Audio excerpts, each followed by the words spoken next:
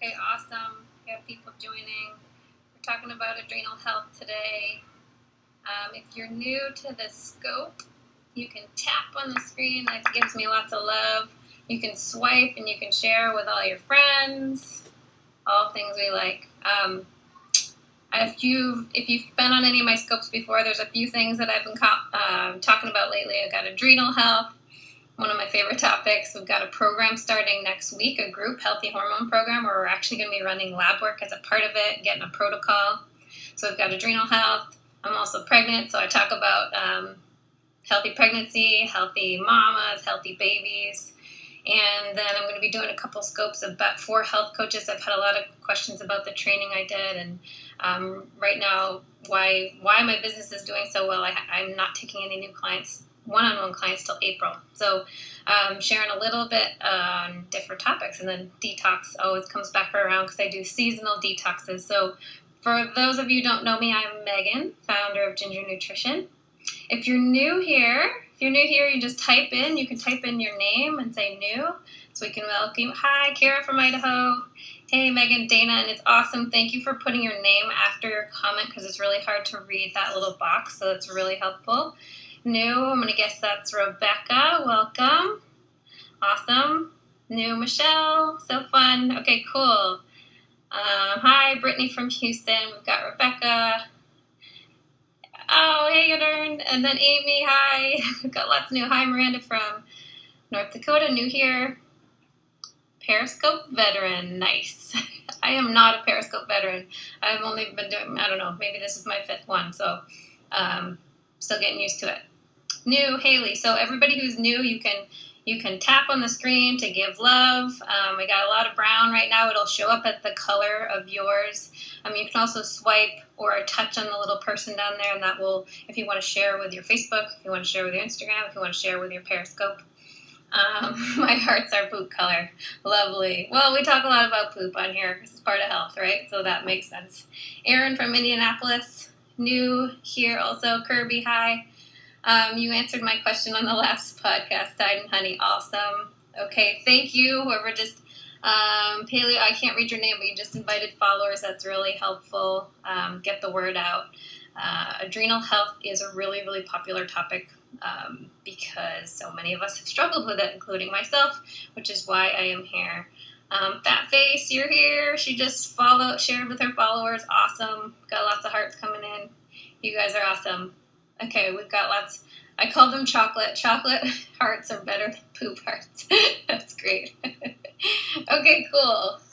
Awesome. You guys are such a good crew. All right, so as we're going, if you have a question you want to ask me, you can just type it in. And today we're going to be talking about adrenal health. So specifically, I'm going to talk, and I'm actually going to share my screen today, not talk the whole time on here, and share about the different phases or stages of adrenal dysfunction. I call it adrenal dysfunction instead of adrenal fatigue because I think the term gets a little bit confused since usually your actual adrenal glands are not fatigued. It's more of a communication issue. We've got a lot of stuff going on. HPA axis, we'll talk about hypothalamus, pituitary, adrenal axis. It's more of a communication error. The signals aren't getting where they're supposed to be. So what hormones you got? Not sure what that means. Okay. So if you're not following me on Instagram, that's kind of where I spend the majority of my time. So Ginger Nutrition on Instagram. And then we've got next week coming up, starting Tuesday, the Healthy Hormones Group Program. We'll talk about that at the end. If anybody has been considering it and has questions, Healthy Hormones, yes, that's the group program going on. So during that program, we're going to be actually running the BioHealth 205 to look at hormones, cortisol, DHEA, estrogen, testosterone, progesterone, melatonin, and get a good idea of what's going on. And so some of you might have already had those tests done before. Okay. Sorry, I got a block rude comments. So if you've already had this test done before, right? Yes, I did block them. Thank you. I'm just learning how to do that. If you had the test done before, just write in the comments yes, or write test. So some of you have actually tested before and you've looked at this, and some of you, this is totally new. So if you've done a hormone test before, like a saliva. So we've got some tests. Just had a 28-day hormone test done. Okay, cool. That's really helpful, Dana. Test. So we've got some people who've done it before. Test. And then if this is totally new to you, you can say new. Test for neurotransmitters. Cool. Done a blood test only, not hormones. Awesome.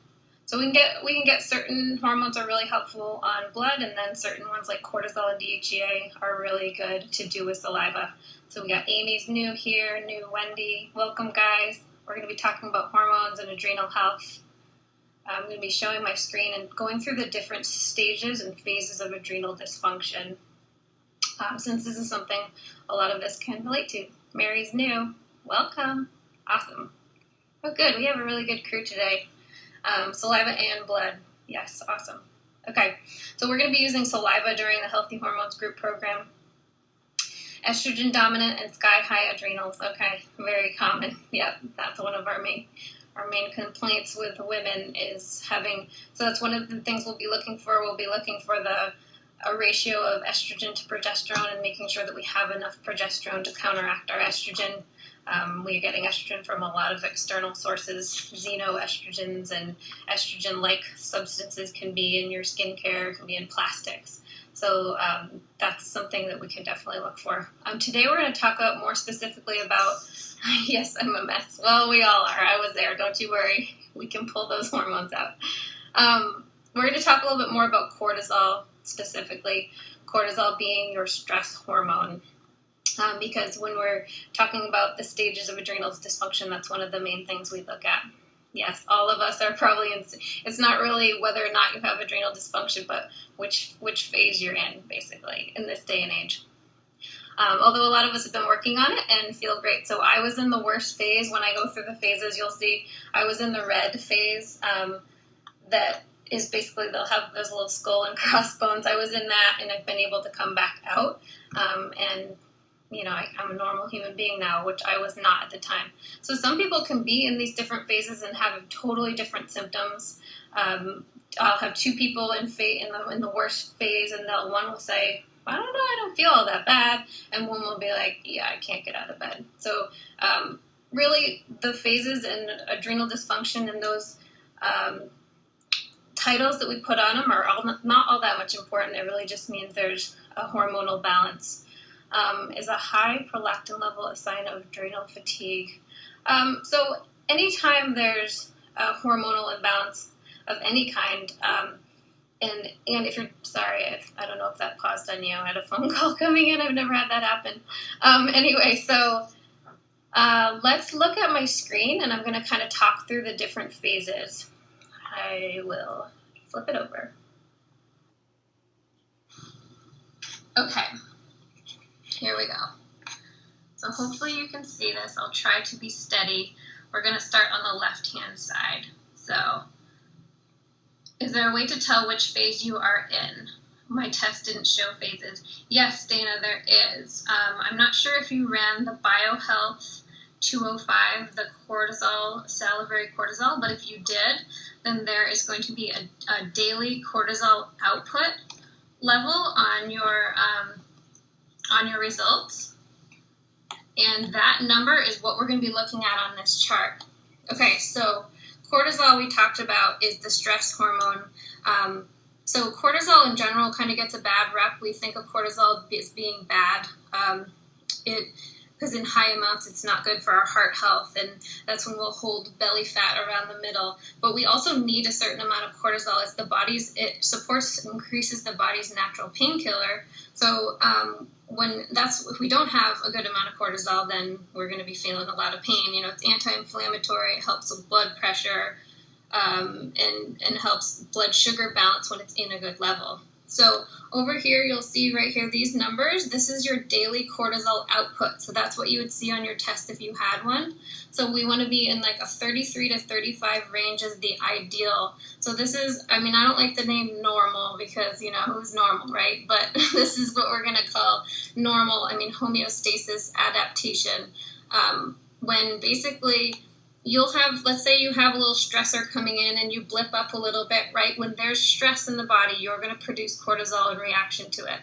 That would be the proper stress response. right? So if you didn't produce any cortisol, then that would be a bad sign. So if there's stress in the body, you want to be producing cortisol in response. So this is kind of where we stay in adaptation. We're able to have our overall daily cortisol stay in this range, even though there's going to be stressors coming in. Okay, I'll try not to make you guys seasick while I'm holding this. Okay, so then we have, this is considered phase 1 adrenal dysfunction here. Thank you for the love, everybody. It's really awesome with the hearts. So phase 1 here, adrenal dysfunction. What's happening here is you see the resistance, right? The arrows. So those are stressors coming in. And those don't, I think we often think of just mental, emotional stressors, right? Like a horrible boss or a fight with a friend. But these stressors can also be hidden internal stressors. More likely than not, that's what they are. So this could be, you have a blood sugar imbalance, you have food sensitivities you don't know about, so you're eating something. You might have heavy metal toxicity or even a bacteria or parasite, right? Some kind of internal stressors. And as these stressors come in, your daily cortisol increases in response. It's a correct response. So stressors come in, cortisol goes up, and you keep going up and up until you get to the top of the curve. So on the way up the curve, that's when people actually feel pretty good. They usually feel like, you know what, I've got all the balls in the air, and I'm able to maintain a bunch of different things. Things are stressful, but I'm kind of okay, and it's almost like, you're kind of on a high here, like, hey, I'm under a lot of stress. Those are the people who are like, I don't really sleep, I'm fine, I'm good. And then after a while, your body's like, hey, guess what? That's not really cool. Like, how about you stop doing that to me? So you get to the top of the curve, and you've been marinating your brain in cortisol for too long. You've been forcing cortisol, and the feedback loop gets cut off. We're like, there's no possible way you could need this much cortisol. So even though there's the same amount of stressors possibly going on, you start producing less and less cortisol, and this is where people start to slide down the curve. So if you, when you're here, and then basically you just kind of keep going down the curve, phase 2 to phase 3, and there's the little skull and crossbones. So I was right about here when I first tested, and you want to be able to bring it back up to here, but you really want to be in this adaptation stage. This orange stage, although you could have good numbers, this orange stage is kind of when you have symptoms going on. So if you don't have any symptoms and your numbers are perfect, then you might be in the green. But if your numbers look really good, your overall daily cortisol might be perfect, might be 35, but you have symptoms, then you're probably on your way down, not in the green. So what I want you to think about, would be cool if you could type in. So can anybody remember like when they were at the top of this curve, where they're like, things were stressful, things were going on, they can manage everything, do everything really well, and then all of a sudden, nothing specific changed, or sometimes this will be what symptoms besides fatigue. So sometimes this will be an actual incident, like someone will have something traumatic happen, and they will drop off this curve fast, and sometimes it will be a 10-year difference from here to here, 20, just be a slow, steady cycle. So symptoms, when you're in this high cortisol level, someone asked about symptoms other than fatigue, then you're going to be having, when you're in the high cortisol level, you're having issues with weight gain in the waist, cravings. That's usually when people have decreased melatonin, so they're having sleep issues. And then also decreased frontal lobe capacity, so your mood and your willpower will be diminished, so you can't fight those cravings for sweets anymore. Decreased hippocampus function, so we've got memory issues there.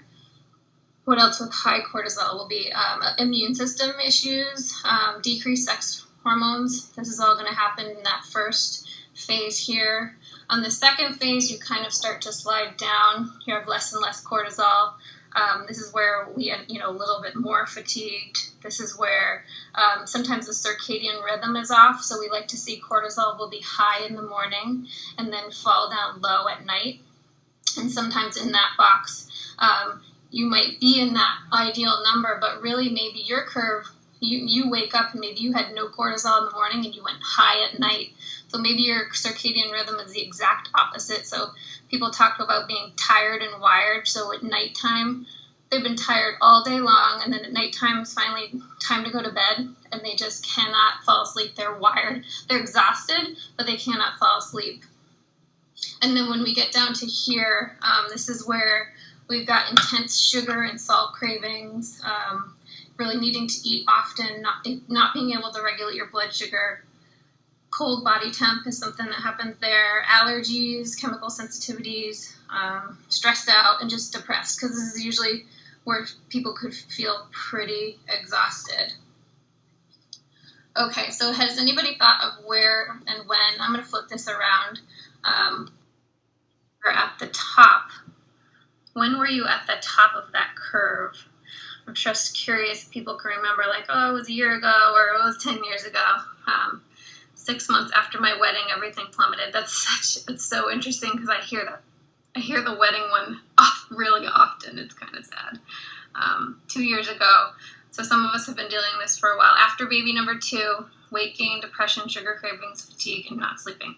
So that was what happened for me. This is where I ran a marathon, got pregnant, had a really stressful pregnancy, and then had a really intense incident the day I went into labor, and then it was just kind of downhill from there.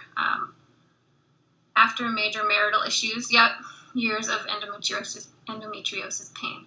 So definitely the mental, emotional issues play a factor. So yes, labor was traumatic. Hey, I'm pregnant. Let's not talk about it now. Infertility treatments and miscarriage.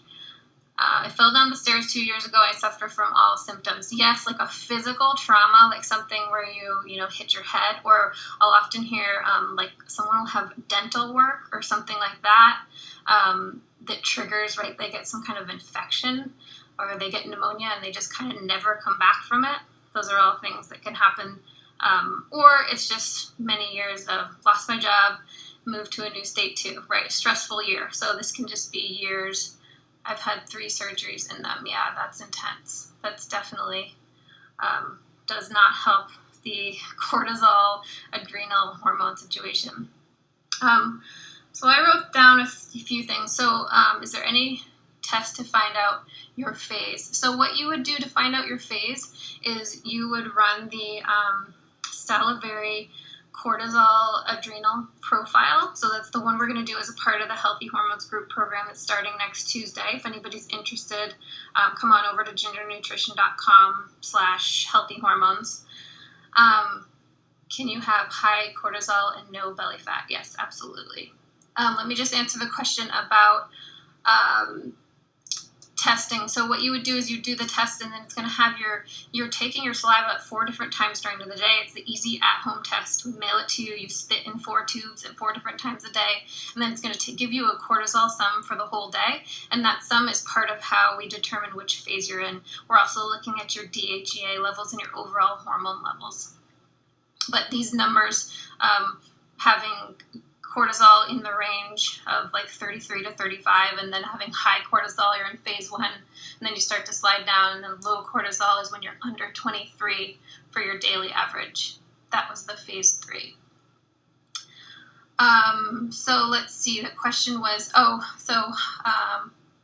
is this on your Instagram? Yes, I believe right now in Ginger Nutrition